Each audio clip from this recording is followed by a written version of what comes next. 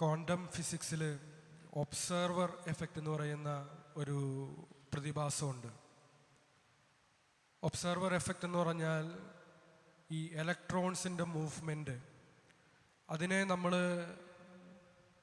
നിരീക്ഷിക്കുന്ന സമയത്ത് ആ ഇലക്ട്രോൺസ് ബിഹേവ് ചെയ്യുന്നത് പോലെയല്ല അതിനെ നിരീക്ഷിക്കാത്ത സമയത്ത്.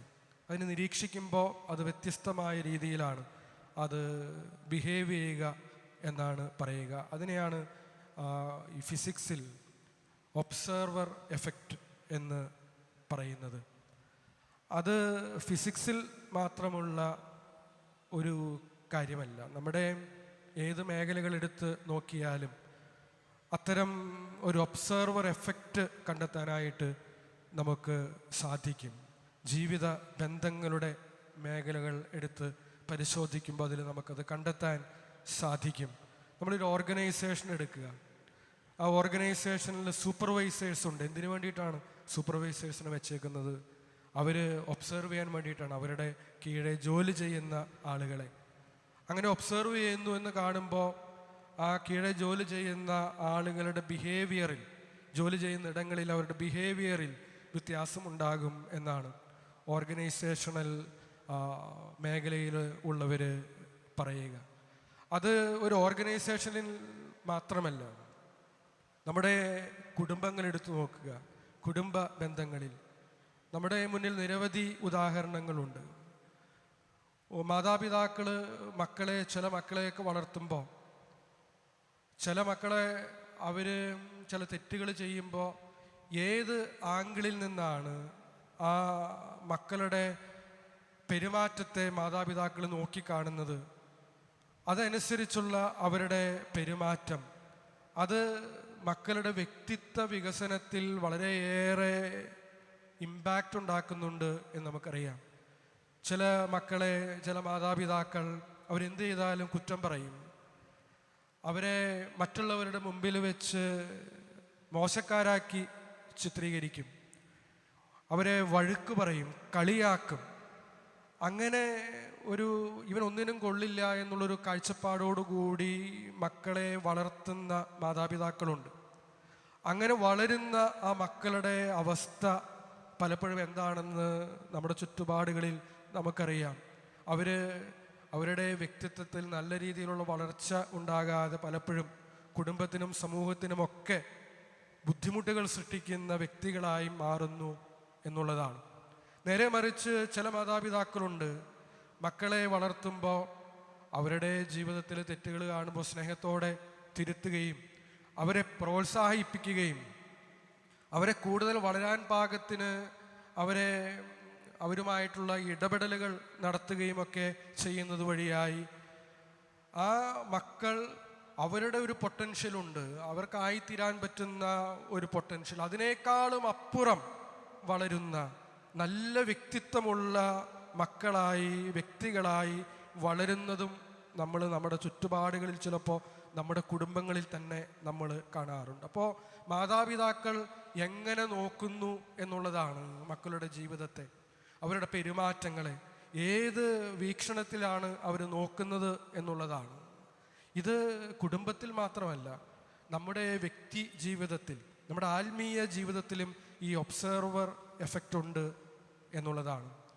നമ്മുടെ ജീവിതത്തിൽ ഒരു വ്യക്തിയുടെ മുന്നിൽ ഒരു പ്രശ്നം വരുമ്പോൾ ആ പ്രശ്നത്തെ എങ്ങനെയാണ് നോക്കിക്കാണുന്നത് എന്നുള്ളത് ആ പ്രശ്നത്തെ തന്നെ രൂപാന്തരപ്പെടുത്താനായിട്ട് സഹായിക്കും എന്നുള്ളതാണ്. ഒരാളുടെ മുമ്പിൽ ഒരു പ്രശ്നമുണ്ടാകുന്നു, ആ പ്രശ്നത്തെ ദൈവത്തിലുള്ള വിശ്വാസത്തിൻ്റെ കണ്ണുകളോടെ നോക്കാനായിട്ട് സാധിക്കുമ്പോൾ, അങ്ങനെ നോക്കുന്ന വ്യക്തികളുടെ ജീവിതത്തിൻ്റെ മുമ്പിൽ ആ പ്രശ്നം തന്നെ രൂപാന്തരപ്പെടുന്നത് നമുക്ക് കാണാൻ പറ്റും. ചിലപ്പോൾ മറ്റുള്ളവർ സഹായത്തിനായിട്ടെത്തും, അല്ലെങ്കിൽ ആ വ്യക്തിയുടെ തന്നെ കാഴ്ചപ്പാട്, ആ പ്രശ്നത്തെ പറ്റിയുള്ള കാഴ്ചപ്പാട് കുറെ കൂടെ പോസിറ്റീവായിട്ട് മാറും.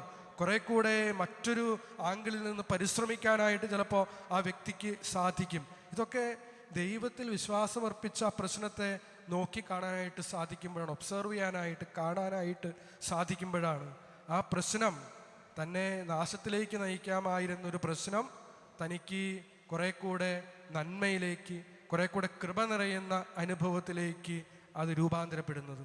നേരെ മറിച്ച് ഒരു പ്രശ്നത്തിൻ്റെ മുമ്പിൽ ഒരാൾ നിന്നിട്ട് അതിനെ നിരാശയോടുകൂടി വളരെ ലോജിക്കലായിട്ട് റീസൺ മാത്രം ഉപയോഗിച്ച് കാണാനായിട്ട് പരിശ്രമിക്കുമ്പോൾ പലപ്പോഴും ആ പ്രശ്നം കൊച്ചു പ്രശ്നമാണെങ്കിൽ പോലും അത് വലിയ പ്രശ്നമായി ആ മനുഷ്യൻ്റെ ജീവിതത്തിൽ രൂപാന്തരപ്പെടുന്നത് കാണാനായിട്ട് സാധിക്കും.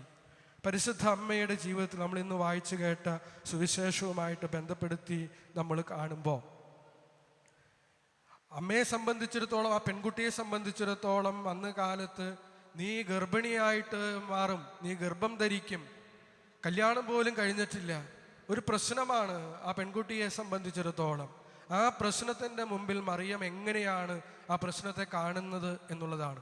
ദൈവത്തിലുള്ള വിശ്വാസത്തിൻ്റെ കണ്ണുകളോടെ മറിയം ആ പ്രശ്നത്തെ കാണുമ്പോഴാണ് അത് ഒരു പ്രശ്നം കൂടുതൽ രൂക്ഷമായിട്ടുള്ള പ്രശ്നമായിട്ട് മാറാതെ അത് അവൾക്കും ഈ ലോകത്തിന് മുഴുവനും, ഈ പ്രപഞ്ചത്തിന് മുഴുവനും അനുഗ്രഹമായിട്ട് മാറുന്ന അത്ഭുതകരമായ ദൈവം മനുഷ്യനായി നമ്മുടെ ഇടയിൽ അവതരിക്കുന്ന അതിമനോഹരമായ അത്ഭുതകരമായ നമുക്ക് കൃപ നൽകുന്ന ഒരു സംഭവമായിട്ട് മാറുന്നത്.